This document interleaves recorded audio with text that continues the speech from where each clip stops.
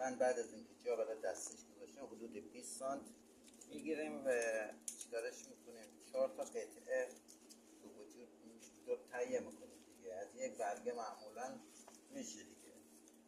خب بعد این 2 تا قطعه اولا معمولا اون ته برگه که کلوفتره رو انتخاب میکنیم با سر برگه که نازک‌تره، یعنی با هم جفت شه. چوب کلوف با چوب ضعیفتر با هم، اونا متوسط هم با هم. بعد اینا یه دور از اول گرفتیم، بعد میپیچونیم دور برگه و با زنبیل دوست، حالا ما نداشتیم اینجا با چوب بستیم دوست کردیم، اینا گره میزنیم، قطع میکنیم. هر یکی هم که رد میکنیم یه دستی اینطوری میزنیم که صاف بشه، فرم بگیره. برای اینکه جارو پر چیز بشه، خیلی خلوت نشه، خیلی سبک نباشه، معمولا 1 یا 2 تا برگه چیز